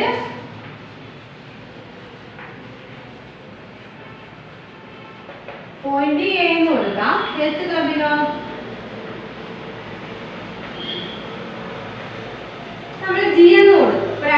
പോയിന്റ് നമ്മൾ കൊടുക്കും. നമ്മൾ എന്ത് ചെയ്യണം? First of all you have to break up the distance between A and G, choosing points that are joined by roads. These points are the traffic light and എന്തൊക്കെയുണ്ട് and the clock tower. Measure the distance AB, BC, CD and DG with a ruler. അപ്പോൾ നമ്മൾ ഇത് തമ്മിലുള്ള distance നമ്മൾ എങ്ങനെ കണ്ടുപിടിക്കണം? റോഡിൽ നിന്ന് സ്റ്റാർട്ട് ചെയ്യണം അല്ലേ? റോഡിന്റെ സൈഡിലാണ് ഇത് വന്നിരുന്നത്. അപ്പോൾ റോഡിൽ നിന്ന് സ്റ്റാർട്ട് ചെയ്യുമ്പോൾ നമുക്ക് അവിടെ എന്താ കാണാം? അതിൻ്റെ ഇടയ്ക്ക് ഒരു ട്രാഫിക് ലൈറ്റ് വരുന്നുണ്ട് അല്ലേ? ട്രാഫിക് ലൈറ്റ് വരുന്നുണ്ട്. പിന്നെ എന്ത് വരുന്നുണ്ട്? അതിൻ്റെ ഇടയ്ക്ക് ഒരു ക്ലോക്ക് ടവർ വരുന്നുണ്ട്, ഒരു ട്രാഫിക് ലൈറ്റ് വരുന്നുണ്ട്, പിന്നെ എന്താ കാണാൻ പറ്റുന്നു? അങ്ങനെ കുറേ കാര്യങ്ങൾ ഇടയ്ക്ക് വരുന്നുണ്ട്. അപ്പോൾ നമ്മൾ ആദ്യം ഇതിൻ്റെ എല്ലാം തമ്മിലുള്ള ഡിസ്റ്റൻസ് കണ്ടുപിടിക്കണം. A B B C C D ഇതിൻ്റെ എല്ലാ ഡിസ്റ്റൻസും റൂളർ ഉപയോഗിച്ച് നമ്മൾ ആദ്യം ഫൈൻഡ് ഔട്ട് ചെയ്യണം. എന്നിട്ട് നമ്മൾ എന്ത് ചെയ്യും? നമ്മൾ ടോട്ടൽ ഡിസ്റ്റൻസ് കണ്ടുപിടിക്കും. എന്നിട്ട് add them to get the total distance. അപ്പോൾ നമ്മൾ എയും ജിയും നമ്മുടെ മാപ്പിൽ തന്നിരിക്കുന്ന A G Kuna's house health club തമ്മിലുള്ള ഡിസ്റ്റൻസ് എത്രയാണ് കണ്ടുപിടിക്കാൻ പറഞ്ഞിരുന്നത്. അപ്പോൾ നമ്മൾ ആ ഫിഗറിൽ നോക്കുമ്പോൾ കുനാസ് ഹൗസിനും നമ്മുടെ ഹെൽത്ത് ക്ലബ്ബിനിടയ്ക്ക് കുറേ കാര്യങ്ങൾ വരുന്നുണ്ട് അല്ലേ? ട്രാഫിക് ലൈറ്റ് വരുന്നുണ്ട്, ക്ലോക്ക് ടവർ ഉണ്ട്. അപ്പോൾ നമ്മൾ എ ബി ഉണ്ടോ, B C C D D G ഇങ്ങനെ 4 പോയിന്റ് വന്നു. അപ്പോൾ ഈ 4 പോയിന്റ് റോഡ് സൈഡിലാണ് ഈ 2 കാരണം. അപ്പോൾ അതുകൊണ്ട് ഇതിൻ്റെ ഇടയ്ക്ക് കുറേ കാര്യങ്ങൾ വന്നു. അപ്പോൾ അതുകൊണ്ട് ഈ 4 പോയിന്റിൻ്റെയും A B B C C D D G ആദ്യം നമ്മൾ ഇതിൻ്റെ 4ൻ്റെയും ഡിസ്റ്റൻസ് കണ്ടുപിടിക്കണം. കണ്ടുപിടിച്ചിട്ട് ഈ 4 ഡിസ്റ്റൻസുകൾ നമ്മൾ എന്ത് ചെയ്യണം? ആഡ് ചെയ്യണം. അപ്പോൾ നമുക്ക് ടോട്ടൽ ഡിസ്റ്റൻസ് കിട്ടും. ടോട്ടൽ ഡിസ്റ്റൻസ് എത്ര ആണെന്ന് ടെക്സ്റ്റിൽ തന്നിട്ടുണ്ട്. ഓക്കെ, ടോട്ടൽ ഡിസ്റ്റൻസ് എത്ര? 11.2 സെന്റിമീറ്റർ ആണ് ടോട്ടൽ ഡിസ്റ്റൻസ് നമുക്ക് കിട്ടിയത്. 11.2 സെന്റിമീറ്റർ കിട്ടി. ഇനി നമ്മൾ ആക്ച്വൽ ഡിസ്റ്റൻസ് ആണ് എന്ത് ചെയ്യണമെന്ന് പറഞ്ഞത്? ഇത് തമ്മിലുള്ള ഡിസ്റ്റൻസ് നമുക്ക് എത്രയാണ്? 11.2 ആണ്. അത് നമ്മുടെ മാപ്പിലെ ഡിസ്റ്റൻസ്. ഇനി നമ്മൾ എന്ത് ചെയ്യണമെന്ന് പറഞ്ഞു? ഗ്രൗണ്ടിലെ ഡിസ്റ്റൻസ്, അതായത് ആക്ച്വൽ ഡിസ്റ്റൻസ് നമ്മൾ കാണണമെങ്കിൽ എന്ത് ചെയ്യണം? നേരത്തെ പറഞ്ഞ എന്താണ്? 11.2 × 100 മീറ്റർ അല്ലേ? അത് ചെയ്യുമ്പോഴാണ് നമുക്ക് എന്ത് കിട്ടുന്നത്? 1020 മീറ്റർ നമുക്ക് കിട്ടും. അപ്പോൾ ഇങ്ങനെയാണ് കണ്ടുപിടിക്കുന്നത്. 2 പോയിന്റ് തന്നാൽ നമ്മുടെ മാപ്പിൽ നമ്മുടെ റൂളർ ഉപയോഗിച്ച് അതിനുള്ള ഡിസ്റ്റൻസ് കണ്ടുപിടിക്കണം. അപ്പോൾ ഒരുപാട് പോയിന്റ് ഉണ്ടെങ്കിൽ അതിനെ കൂട്ടുമ്പോൾ ഒറ്റ ഡിസ്റ്റൻസ് കിട്ടും. എന്നിട്ട് എന്താണ് അതിനെ ഗ്രൗണ്ടിലെ ഡിസ്റ്റൻസിലോട്ട് മാറ്റണം. അതായത് നമ്മൾ പറഞ്ഞു ഇപ്പം നമ്മൾ മാപ്പിൽ 1 സെന്റിമീറ്റർ ആണെങ്കിൽ ഗ്രൗണ്ടിൽ എത്രയാണ്? അത് 100 കിലോമീറ്റർ ആയിരിക്കും. അപ്പോൾ നമ്മൾ കണ്ടുപിടിക്കുന്ന ഡിസ്റ്റൻസിനെ 100 കൊണ്ട് ഇൻറ്റു ചെയ്യുമ്പോൾ നമുക്ക് ഗ്രൗണ്ടിലെ ആക്ച്വൽ ഡിസ്റ്റൻസ് നമുക്ക് കിട്ടും. അപ്പോൾ എന്താണ് നമ്മൾ പല ഫൈൻഡിങ് ഡിസ്റ്റൻസ്? ഒരു മാപ്പിൽ 2 പോയിന്റുകൾ തന്നാൽ അതിൻ്റെ ഡിസ്റ്റൻസ് കണ്ടുപിടിക്കുന്ന രീതിയാണ് നമ്മളിപ്പോൾ എക്സ്പ്ലെയിൻ ചെയ്തത്. അപ്പോൾ നമ്മൾ മാപ്പിൻ്റെ 2 ഫീച്ചേഴ്സ് പഠിച്ചു, സ്കെയിലും പിന്നെ എന്ത് പഠിച്ചു? Finding distance. 2 കാര്യങ്ങൾ നമ്മൾ സ്റ്റഡി ചെയ്തു. അപ്പോൾ നമ്മളിപ്പോൾ ഏത് ചാപ്റ്റർ പഠിച്ചുകൊണ്ടിരിക്കുന്ന മാപ്പ് അല്ലേ? മാപ്പിൽ നമ്മൾ ഗ്ലോബ് എന്താണെന്ന് സ്റ്റഡി ചെയ്തു, അതുപോലെ മാപ്പ് എന്താണെന്ന് സ്റ്റഡി ചെയ്തു. പിന്നെ നമ്മൾ ടൈപ്പ് ഓഫ് മാപ്പ് പഠിച്ചു. ഏതൊക്കെയാണ്? Physical map, political map, thematic map. എന്താണ് physical map? These are map which show the natural features on the earth surface like mountains, plateau, plain, river and so on. അതായത് natural features എർത്തിൻ്റെ ഉപരിതലത്തിലെ natural features കാണിക്കാൻ വേണ്ടിയിട്ട് നമ്മൾ ഉപയോഗിക്കുന്ന മാപ്പാണ് physical map. Example river, പിന്നെന്താണ് പ്ലേറ്റു, പ്ലെയിൻസ്, എക്സെട്ര എക്സെട്ര. പിന്നെ നമ്മൾ പൊളിറ്റിക്കൽ മാപ്പ് പറയും. എന്താണ് പൊളിറ്റിക്കൽ മാപ്പ്? കൺട്രീസിനകത്തുള്ള സ്റ്റേറ്റ് തമ്മിലുള്ള ബൗണ്ടറീസ് കാണിക്കാനായാലും അതുപോലെ കൺട്രീസ് തമ്മിലുള്ള ബൗണ്ടറീസ് കാണിക്കാനൊക്കെ ഉപയോഗിക്കുന്നതാണ് പൊളിറ്റിക്കൽ മാപ്പ്. തീമാറ്റിക് മാപ്പ് എന്ന് വെച്ചാൽ ഒരു പ്രത്യേക തീം അല്ലെങ്കിൽ ടോപ്പിക് ഉപയോഗിച്ച് നമ്മൾ സെറ്റ് ചെയ്യുന്ന മാപ്പാണ് തീമാറ്റിക് മാപ്പ്. അത് എന്തൊക്കെ കാണിക്കുന്നു? ഒരു ഏരിയയിലുള്ള എന്താ കാണിക്കുന്നു? ടൈപ്പ് ഓഫ് മിനറൽസ്, ആ ടൈപ്പ് ഓഫ് സോയിൽസ്, പിന്നെന്താണ് distribution of minerals, industries, forest area, ഇതൊക്കെ കാണിക്കുന്നതാണ് തീമാറ്റിക് മാപ്പ്. പിന്നെ ഹിസ്റ്ററി ഓഫ് മാപ്പ് മേക്കിംഗ് പറഞ്ഞു അല്ലേ? മാപ്പ് മേക്കിങ്ങിൻ്റെ ആ സയൻസിനെ നമ്മൾ എന്താണ് വിളിച്ചത്? കാർട്ടോഗ്രഫി എന്ന് വിളിച്ചു. പിന്നെ നമ്മൾ പറഞ്ഞത് പല പ്രാചീന ഏൻഷ്യൻ മാപ്പ് മേക്കേഴ്സിന് പല രീതിയിലാണ് ഭൂമിയുടെ പല ഷേപ്പാണെന്നാണ് അവർ പറഞ്ഞത്. നമ്മൾ ടോളമിയാണ് ഫസ്റ്റ് നമ്മുടെ എർത്തിൻ്റെ എന്താണ് ഷേപ്പ് സ്പിയർ ആണ് കണ്ടുപിടിച്ചത്. അദ്ദേഹത്തെ നമ്മൾ ഫാദർ ഓഫ് കാർട്ടോഗ്രാഫി എന്ന് വിളിക്കുന്നു അല്ലേ? പിന്നെ അദ്ദേഹമാണ് ആദ്യമായിട്ട് മാപ്പിൽ ഒരു നോർത്ത് ലൈൻ മാർക്ക് ചെയ്തത് ഈ ടോളമിയാണ്. പിന്നെ നമ്മൾ ഡിഫറെൻറ്റ് മെറ്റീരിയൽസ് ഉപയോഗിച്ചാണ് ഏഷ്യൻ്റെ ആൾക്കാരല്ലേ, പണ്ടത്തെ ആൾക്കാർ ഡിഫറെൻറ്റ് മെറ്റീരിയൽസ് ഉപയോഗിച്ചാണ് മാപ്പ് നിർമ്മിച്ചിരുന്നതെന്ന് പറഞ്ഞു. ആ മാപ്പ് അന്നും തന്നെ കറക്റ്റ് ആക്യുറേറ്റ് അല്ലായിരുന്നു. പക്ഷെ ഇന്ന് നമ്മൾ പ്ലാസ്റ്റിക്കും പേപ്പറൊക്കെ യൂസ് ചെയ്തിട്ട് മാപ്പ് നിർമ്മിക്കുന്നു. കമ്പ്യൂട്ടറിൽ നമ്മൾ നിർമ്മിക്കുന്നുണ്ട്. വളരെ ആക്യുറേറ്റ് ആയിട്ടുള്ള മാപ്പാണ് ഇപ്പം നമ്മൾ നിർമ്മിക്കുന്നത്. നമ്മൾ മാപ്പിൻ്റെ ഇമ്പോർട്ടൻറ്റ് ഫീച്ചേഴ്സിൽ സ്കെയിലും പഠിച്ചു, ഫൈൻഡിങ് ഡിസ്റ്റൻസും പഠിച്ചു. ഇത്ര കാര്യം നമുക്ക് മനസ്സിലായോ? എന്തെങ്കിലും സംശയമുണ്ടോ? പിന്നെ നമ്മൾ കഴിഞ്ഞ ഫസ്റ്റ് ചാപ്റ്ററിൻ്റെ കുറച്ച് നോട്ട്സ് ടീച്ചർ ഈ വീഡിയോയിൽ ടീച്ചർ ഉൾപ്പെടുത്തിയേക്കും, വീഡിയോയുടെ ലാസ്റ്റ് ടീച്ചർ ഉൾപ്പെടുത്തിയേക്കും. അപ്പോൾ നിങ്ങൾ ഇതെല്ലാം പഠിച്ചിട്ട് ടീച്ചറിന് മെസ്സേജ് ഇട്ട് വേണം അല്ലേ, നോട്ടൊക്കെ ടീച്ചറിന് അയച്ചു തരണം, വോയിസ് മെസ്സേജ് വിടണം, അതെല്ലാം പഠിക്കണം കേട്ടോ. ഓക്കെ, നമുക്ക് ക്ലാസ് വൈൻഡപ്പ് ചെയ്യാം. Okay, thank you.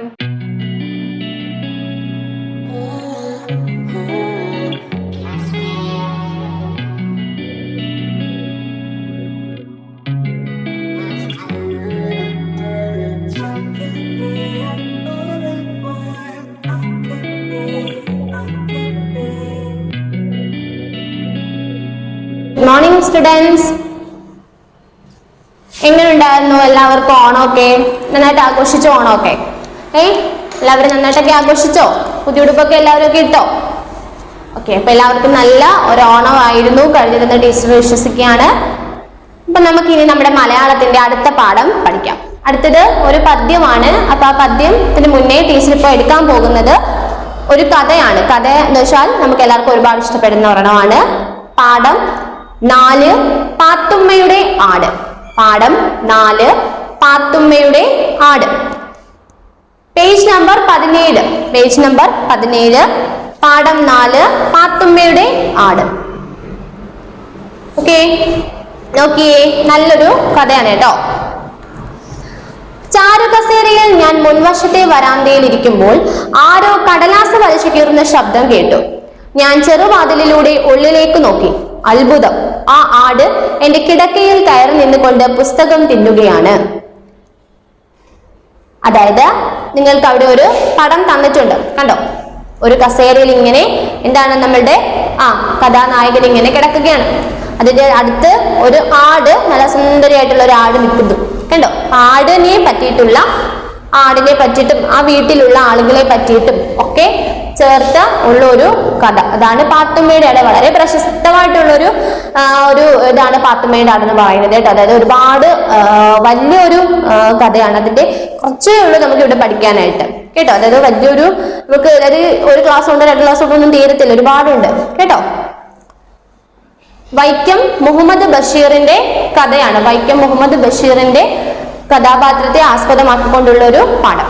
ഓക്കെ, ചാരുകസേരയിൽ ഞാൻ മുൻവശത്തെ വരാന്തയിൽ ഇരിക്കുമ്പോൾ ആരോ കടലാസ് വലിച്ചു കീറുന്ന ശബ്ദം കേട്ടു.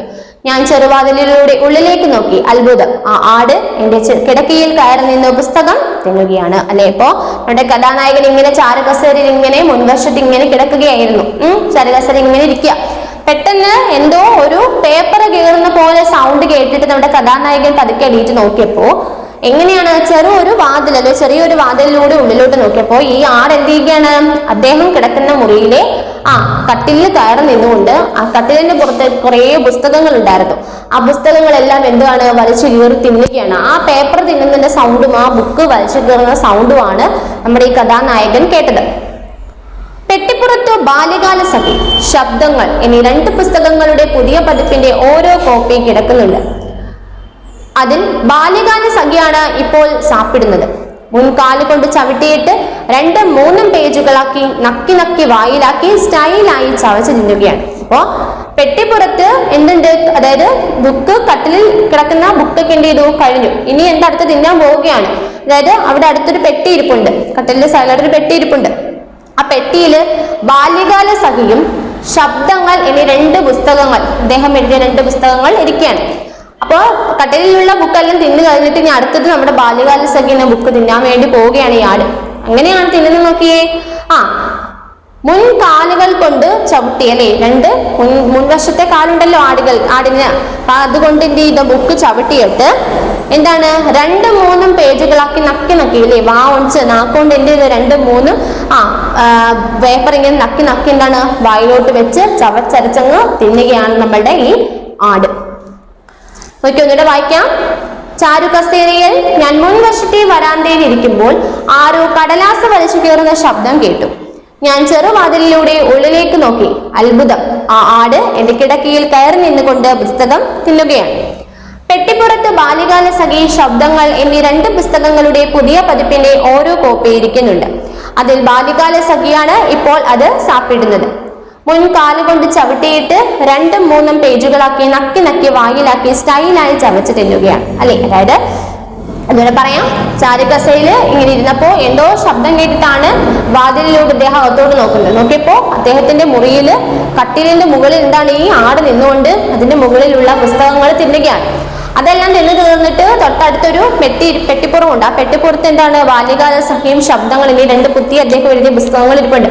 അത് തിന്നാൻ വേണ്ടി ഒരുങ്ങുകയാണ് നമ്മളുടെ ആട്. എങ്ങനെയാ തിന്നത്? 2 മുൻവശത്തെ കാലുകൊണ്ട് പുസ്തകത്തെ ചവിട്ടി ഇങ്ങനെ പിടിച്ചിട്ടുണ്ട്. എന്നിട്ട് നാക്കുകൊണ്ട് നക്കി നക്കി എന്ത് ചെയ്യുകയാണ്? കഴിക്കുകയാണ് ആട്. അടുത്ത പേജ് എടുത്തേ. യാതൊരു സങ്കോചവുമില്ല, ബാല്യകാല സഖി മുഴുവൻ അകത്താക്കി. ഉടനെ ശബ്ദങ്ങൾ തിന്നാൻ തുടങ്ങി. 2 മിനിറ്റ് കൊണ്ട് അത് മുഴുവൻ സാപ്പിട്ടു. എന്നിട്ട് ആട് എന്റെ പുതപ്പ് തിന്നാൻ തുടങ്ങി. ഉടനെ ഞാൻ ചാടി ഇറങ്ങി ഓടിച്ചു. അല്ലെ, അപ്പോ പെട്ടെന്ന് അല്ലെ, യാതൊരു സങ്കോചം എന്ന് പറഞ്ഞാൽ എന്താ? ഒരു പേടിയോ ഒന്നുമില്ല, ഒരു ഭയം ഒന്നുമില്ല. ബാല്യകാല സഖി മൊത്തം എന്ത് ചെയ്തു? ആ ബുക്ക് മൊത്തം അങ്ങ് എന്ത് ചെയ്തു? കഴിച്ചു. അത് കഴിച്ചു കഴിഞ്ഞിട്ട് തൊട്ടടുത്തുള്ള ശബ്ദങ്ങൾ എന്ന് പറഞ്ഞ ഒരു ബുക്കാണ്. ആ ബുക്ക് എന്ത് ചെയ്തു? അതും കഴിച്ചു തുടങ്ങി. തീർന്ന് പുസ്തകങ്ങളെല്ലാം തിന്നു കഴിഞ്ഞു.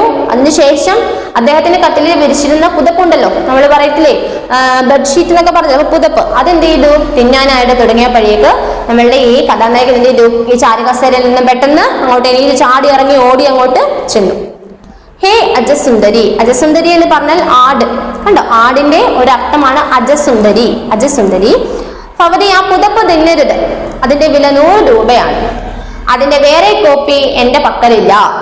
എന്റെ പുസ്തകങ്ങൾ ഇനി വേറെയും ഉണ്ട്. അവയൊക്കെ വെറുതെ സൗജന്യമായി തരാം. അപ്പൊ ആടിനോട് ഇദ്ദേഹം ചെന്നിട്ട് പറയാണ്, ഹേ അജസുന്ദരി, അതായത് ആ ആടിനെ അഭിസംബോധന ചെയ്യുകയാണ്. ഹേ അജസുന്ദരി, നീ ആ പുതപ്പ് എന്ത് ചെയ്യരുത്? കഴിക്കാൻ പാടില്ല. എന്താ കാര്യം? ആ ഒരു പുതപ്പിന് 100 രൂപയാണ്. അല്ലെ, 100 രൂപ എന്ന് പറഞ്ഞാൽ ഇപ്പോഴും വിലയാണ്. പണ്ട് ഇതിനേക്കാളും കൂടുതൽ വിലയാണ് 100 രൂപ എന്ന് പറയാം. നമ്മുടെ ഇപ്പോഴത്തെ ഉള്ളതിനേക്കാളും ഒരുപാട് വലിയൊരു വിലയാണ് 100 രൂപ. അപ്പം പറയാണ്, അജസുന്ദരി, നീ ആ പുതപ്പ് കഴിക്കരുത്, കാരണം അതിന് 100 രൂപ വിലയുണ്ട്. എന്നിട്ട് പറയാണ്, അതിന്റെ വേറെ കോപ്പി എന്റെ കയ്യിൽ ഇല്ല. അല്ലെ, ആ ഷീറ്റ് നീ തിന്നു കഴിഞ്ഞാൽ വേറെ ഷീറ്റ് എന്റെ കയ്യിൽ എടുക്കാനായിട്ട് ഇല്ല, വേറെ പുതപ്പ് എന്റെ കയ്യിലില്ല. അതുകൊണ്ട് നീ അത് തിന്നരുത്. പുസ്തകങ്ങൾ വേണമെങ്കിൽ ഇനിയും നിനക്ക് ഞാൻ തരാം. കാര്യം അദ്ദേഹം എന്താണ്? പുസ്തകങ്ങൾ എഴുതുകയാണ്. അല്ലെ, അപ്പൊ ഓരോ പുസ്തകത്തിന്റെയും ഒരു പുസ്തകം എഴുതി കഴിഞ്ഞാൽ അതിന്റെ കുറെ കോപ്പി, അല്ലെ, അതായത് നമ്മൾ പറയത്തില്ലേ ഒരു ബുക്ക് എന്ന് പറഞ്ഞാൽ, ഈ ഒരു ബുക്ക് എന്ന് പറഞ്ഞാൽ ടീച്ചറിന്റെ കയ്യിലുണ്ട്, നിങ്ങളുടെ കയ്യിൽ എല്ലാവരുടെ കയ്യിലും ഉണ്ട്. അല്ലെ, അപ്പൊ അതിന്റെ ഓരോ കോപ്പി ഉണ്ടല്ലേ. ഒരു പുസ്തകം പോയാൽ വേറെ പുസ്തകമുണ്ട്. പക്ഷെ ഈ ഒരു ഷീറ്റ് പോയി കഴിഞ്ഞാൽ വേറെ പുതപ്പ്, വേറെ ഒരു പുതപ്പ് എന്റെ കയ്യിൽ ഇല്ല. അതുകൊണ്ട് നീ അത് തിന്നരുത്. നിനക്ക് ആവശ്യം പോലെ വേറെ ബുക്ക് എന്റെ കയ്യിലുണ്ട്, അത് വേണമെങ്കിൽ കൊണ്ടുവന്ന് തരാമെന്ന് പറയുന്നു. എന്നിട്ട് ആടിനെ ഓടിച്ച് പുറത്തിറക്കി. എങ്ങനെയുണ്ട് കൂട്ടുകാരെ ഈ ആട്? എന്നിട്ട് എന്ത് ചെയ്തു? റൂമിൽ നിന്നും ആടിനെ ഓടിച്ച് എന്ത് ചെയ്തു? റൂമിന്റെ പുറത്തോട്ട് വിട്ടിട്ട് നമ്മളോട് ചോദിക്കുക, എങ്ങനെയുണ്ട് ഈ ആടെന്ന്? കൊള്ളാല്ലേ, നല്ല കുരുത്തക്കേടൊന്നും ഇല്ലാത്ത പാവം ആടല്ലേ. നമ്മുടെ വീട്ടിലെങ്ങാനും ആണ് ഇങ്ങനത്തെ ആട് നമ്മുടെ വീട്ടിനകത്ത് കയറി ബുക്കും ഇതുപോലുള്ള കാര്യങ്ങളൊക്കെ തിന്നുന്നതിനാണെങ്കിൽ നമ്മൾ എന്താ ചെയ്യുക? നല്ല അടിയൊക്കെ കൊടുക്കുമല്ലേ? കൊടുക്കത്തില്ലയോ? അപ്പോ പറയാണ്, ഒന്നുകൂടെ ആദ്യം തൊട്ട് ഇത്രയും വായിക്കാം. യാതൊരു സങ്കോചവുമില്ല, ബാല്യകാല സഖി മുഴുവൻ അകത്തായി. ഉടനെ ശബ്ദങ്ങൾ തിന്നാൻ തുടങ്ങി. 2 മിനിറ്റ് കൊണ്ട് അത് മുഴുവൻ സാപ്പിട്ടു. എന്നിട്ട് ആടെന്റെ പുതപ്പ് തിന്നാൻ തുടങ്ങി. ഉടനെ ഞാൻ ചാടി ഇറങ്ങി ഓടിച്ചെന്നു. ഹേ അജസുന്ദരി, ഭവതി ആ പുതപ്പ് തിന്നരുത്. അതിന്റെ വില 100 രൂപയാണ്. അതിന്റെ വേറെ കോപ്പി എന്റെ പക്കലില്ല. എന്റെ പുസ്തകങ്ങൾ ഇനി വേറെയും ഉണ്ട്. അവയൊക്കെ വെറുതെ സൗജന്യമായി തരാം. എന്നിട്ട് ആടിനെ ഓടിച്ച് പുറത്തിറക്കി. എങ്ങനെയുണ്ട് കൂട്ടുകാരെ ഈ ആട്? അപ്പോ പറയാണ്, യാതൊരു പേടിയും ഭയവും ഒന്നും ഇല്ലാതെ അവിടെ ഇരുന്ന പുസ്തകങ്ങളെല്ലാം തിന്നു തീർന്നിട്ട് അദ്ദേഹത്തിന്റെ കട്ടിലിൽ ഇട്ടിരുന്ന പുതപ്പ് തിന്നാൻ വേണ്ടി തുടങ്ങി. അപ്പോഴേക്കും നമ്മളുടെ കഥാനായകൻ എന്ത് ചെയ്തു? ചാരുകസേരയിൽ നിന്ന് എണീറ്റ് ഓടി റൂമിൽ എത്തിയിട്ട് എന്ത് ചെയ്തു? ആടിനോട് പറയാണ്, ഹേ അജസുന്ദരി, നീ ആ പുതപ്പ് തിന്നരുത്, കാരണം അതിന് 100 രൂപ വിലയുണ്ട്. അതിന്റെ വേറെ ഒരു കോപ്പി, വേറെ ഷീറ്റ് അല്ലെ വേറെ പുതപ്പ് എന്റെ കയ്യിലില്ല. നിനക്ക് വേണമെങ്കിൽ എന്റെ കയ്യിലുള്ള വേറെ പുസ്തകങ്ങൾ ഒരുപാടുണ്ട്, അതെല്ലാം ഞാൻ നിനക്ക് കൊണ്ടുവന്ന് തരാമെന്ന് പറഞ്ഞിട്ട് ആടിനെ എന്ത് ചെയ്യുന്നു? ആ മുറിയിൽ നിന്നും പുറത്തോട്ട് ഓടിച്ച് വിട്ടു. അതാണ് സാക്ഷാൽ പാത്തുമ്മയുടെ പൊന്നാര ആട്. സുൽത്താന്റെ പ്രശസ്തമായ കൊച്ചു നോവലിൽ ഒരു ഭാഗമാണ് നിങ്ങൾക്കിപ്പോൾ വായിച്ചത്, അല്ലെ? നമ്മുടെ ബഷീറിന്റെ പ്രശസ്തമായ പാത്തുമ്മയുടെ ആട് എന്നൊരു നോവൽ, അല്ലെ? ആ നോവലിനകത്തുള്ള കുറച്ച് ഭാഗമാണ് നമ്മൾ ഈ വായിച്ചത്. അതായത് ഈ പാത്തുമ്മയുടെ ആടെന്ന് പറഞ്ഞാൽ അദ്ദേഹത്തിന്റെ സഹോദരി പാത്തുമ്മ, അല്ലെ, പാത്തുമ്മയുടെ ആടാണ് ഇത്. അതുകൊണ്ടാണ് പാത്തുമ്മയുടെ ആടെന്ന് തന്നെ പേരിട്ടേക്കുന്നത്. അപ്പൊ ആ ആടിനെ പറ്റിയിട്ടും ആ വീട്ടുകാരെ പറ്റിയിട്ടും വീടിനെ പറ്റിയിട്ടും എല്ലാം അദ്ദേഹം സ്വന്തമായിട്ട്, അദ്ദേഹത്തിന്റെ ജീവിതം തന്നെ സ്വന്തമായിട്ട് എഴുതി വരച്ചു കാട്ടിയ ഒരു നോവൽ, ബഷീറിന്റെ ഒരു പ്രശസ്തമായിട്ട് നോവലാണ് പാത്തുമ്മയുടെ ആട്. അതിനകത്തെ കുറച്ച് ഭാഗമാണ് നമ്മളിപ്പോ പഠിച്ചത്. പുസ്തകവും പുതപ്പും തിന്നുന്ന ഈ ആടിനെയും ആടിന്റെ ഉടമസ്ഥയും സ്വന്തം സഹോദരിയുമായ പാത്തുമ്മയെയും ചുറ്റിപ്പറ്റി തന്റെ സ്വന്തം വീടിനെയും വീട്ടുകാരെയും കഥാപാത്രങ്ങളാക്കി ബഷീർ എഴുതിയ ഈ നോവൽ മലയാളത്തിലെ മഹത്തായ കൃതിയാണ്, അല്ലെ. അതായത് ടീച്ചർ പറഞ്ഞു പാത്തുമ്മയുടെ ആടെന്ന് പറയുന്നത് പാത്തുമ്മയുടെ ആട്, അതായത് അദ്ദേഹത്തിന്റെ ബഷീറിന്റെ സ്വന്തം സഹോദരിയാണ് ഈ പാത്തുമ്മ. അവളുടെ സ്വന്തം ആടാണ് ഈ ആട്. അതുകൊണ്ടാണ് അങ്ങനെ പേര് വന്നത് ഈ പാടത്തിന്, അല്ലെ. അപ്പോ ആ വീടും ആ വീട്ടുകാരെയും ഈ ആടിനെയും ഒക്കെ ചുറ്റിപ്പറ്റി അദ്ദേഹം സ്വന്തമായിട്ട് അദ്ദേഹത്തിന്റെ ജീവിതം തന്നെ നമുക്ക് വരച്ചു കാട്ടുന്ന ഒരു പ്രശസ്തമായ നമ്മുടെ മലയാളത്തിലെ ഒരു നോവലാണ് ഈ പാത്തുമ്മയുടെ ആട്.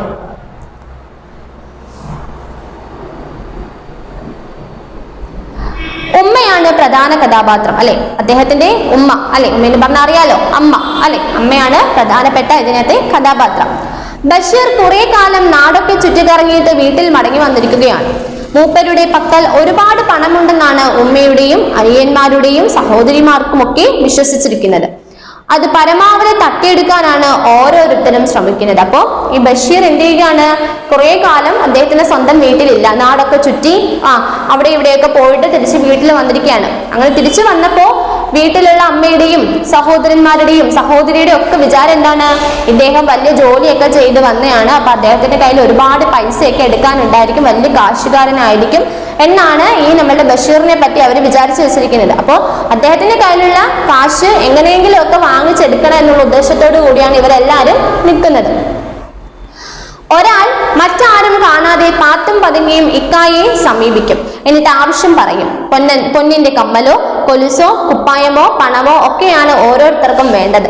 ആവശ്യം പറഞ്ഞിട്ട് കണ്ണടച്ച് കാണിച്ചുകൊണ്ട് മറ്റാരും അറിയേണ്ടെന്ന് പറയാനും അവർ മറക്കുകയില്ല. അപ്പൊ എന്റെയും ഓരോരുത്തരും മറ്റാരും വീട്ടിലൊന്നും ഇല്ലാത്ത സമയം ഓരോരുത്തരും എന്റെയും പതുക്കെ പമ്മി ആരുടെ അടുത്ത് വെച്ച് നമ്മൾ ബഷീറിന്റെ അടുത്ത് വന്നിട്ട് എന്റെയും അവരുടെ ഓരോ ആവശ്യങ്ങളും സങ്കടങ്ങളും പ്രാരാബ്ദങ്ങളും ഒക്കെ പറയും, അല്ലെ. എന്നിട്ട് അതിന്റെ കൂട്ടത്തില് സ്വർണത്തിന്റെ കമ്മലും കുലുസും വളയും നല്ല ഉടുപ്പും ഒക്കെ വാങ്ങിത്തരണം എന്നൊക്കെ പറഞ്ഞ് ഒരുപാട് വിഷമങ്ങളൊക്കെ പറഞ്ഞ് എന്ത് ചെയ്യും, അദ്ദേഹത്തിന്റെ കയ്യിൽ നിന്ന് പൈസയൊക്കെ വാങ്ങിയിട്ട് എന്ത് ചെയ്യും, പറയും ഞാൻ പൈസ വാങ്ങിയതും എനിക്കിങ്ങനെയുള്ള കാര്യങ്ങൾ വാങ്ങിത്തരാന്ന് പറഞ്ഞതൊന്നും വീട്ടിൽ വേറെ ആരും അറിയരുതെന്ന് പറയുകയും കൂടെ ചെയ്യും. ഒരു ഉഗ്രൻ നേരം പോക്ക് കേട്ടോളൂ. ഒരു ദിവസം ഉമ്മ ബഷീറിനോട് ചോദിച്ചു, എടാ നീ എനിക്ക് ഒരു 5 രൂപ തരുമോ? ബഷീർ വേഗം പോക്കറ്റിൽ നിന്നും 5 രൂപ എടുത്ത് ഉമ്മയ്ക്ക് കൊടുത്തു. അത് കയ്യിൽ വാങ്ങി മടിയിൽ തിരുകിയിട്ട് ഉമ്മ ഒറ്റ കരച്ചു. ബഷീർ അമ്പരന്ന് പോയി. എന്തിനാ ഉമ്മ നിങ്ങൾ കരയുന്നത്? അപ്പോൾ ഉമ്മ മറുപടി പറഞ്ഞു, എടാ എനിക്ക് നിന്നോട് 10 രൂപ ചോദിക്കാൻ തോന്നിയില്ലല്ലോ. എങ്ങനെയുണ്ട് സംഭവം? ഉമ്മ സ്നേഹമയിയാണ്. മൂത്ത മകനോട് കാശ് ചോദിച്ച് വാങ്ങുന്നത് സ്വന്തം ആവശ്യത്തിനൊന്നുമല്ല, സാമ്പത്തികമായി ബുദ്ധിമുട്ട് അനുഭവിക്കുന്ന മക്കളിൽ ആർക്കെങ്കിലും സംഭാവന ചെയ്യാനായിരിക്കും, അല്ലെ. അതായത് ഒരു സംഭവം എന്ന് വെച്ചാല് ബഷീർ ഇങ്ങനെ ഇരുന്ന സമയത്ത് ബഷീറിന്റെ ഉമ്മ, അല്ലെ, അമ്മ എന്ത് ചെയ്തു, അടുത്ത് വന്നിട്ട് ബഷീറിനോട് പറഞ്ഞു, എനിക്കൊരു 5 രൂപ നീ തരാമോ എന്ന് ചോദിച്ചു, അല്ലെ. പണ്ട് കാലത്ത് 5 രൂപ എന്നൊക്കെ പറഞ്ഞാൽ വലിയ പൈസയാണ്. അതായത് അവർക്ക് ഒരുപാട് കാര്യങ്ങൾ വാങ്ങിയൊക്കെ ചെയ്യാം, അല്ലെ. അപ്പൊ ഈ 5 രൂപ തരാമോ എന്ന് ചോദിച്ചപ്പോൾ പെട്ടെന്ന് എന്ത് ചെയ്തു, ബഷീർ തന്റെ പോക്കറ്റിൽ നിന്നും 5 രൂപ എടുത്ത് ഉമ്മയുടെ കയ്യിലോട്ട് കൊടുത്തു, അല്ലെ. കൊടുത്തപ്പോ ഉമ്മ പെട്ടെന്ന് ഒരു കരച്ചില്. അപ്പം ബഷീർ എന്ത് ചെയ്തു, പെട്ടെന്ന് പേടിച്ചു പോയി. കാശ് കൊടുത്തല്ലോ, ഇനി എന്തിനാ കരയുന്നത്, ഇല്ലയോ? അപ്പോ ഉമ്മ എന്ത് പറഞ്ഞു, നിന്നോട് ഞാൻ 5 രൂപ ചോദിച്ചു, അപ്പോ നീ എനിക്ക് 5 രൂപ തന്നു. ഞാൻ എന്താണ് നിന്നോടൊരു 10 രൂപ ചോദിക്കേണ്ടതായിരുന്നു, അല്ലെ. അപ്പൊ നീ എനിക്ക് എന്ത് ചെയ്തേനെ, 10 രൂപ തന്നേനെ, അല്ലയോ? അപ്പൊ ഞാൻ 5 ചോദിച്ചോളൂ, പക്ഷെ 10 ചോദിക്കായിരുന്നു. അതിന്റെ സങ്കടത്തിലാണ് എഴുതിയത് ഉമ്മ കരയുന്നത്, അല്ലേ. അപ്പൊ ഈ ഉമ്മ, എടാ എനിക്ക് നിന്നോട് 10 രൂപ ചോദിക്കാൻ തോന്നിയില്ലല്ലോ.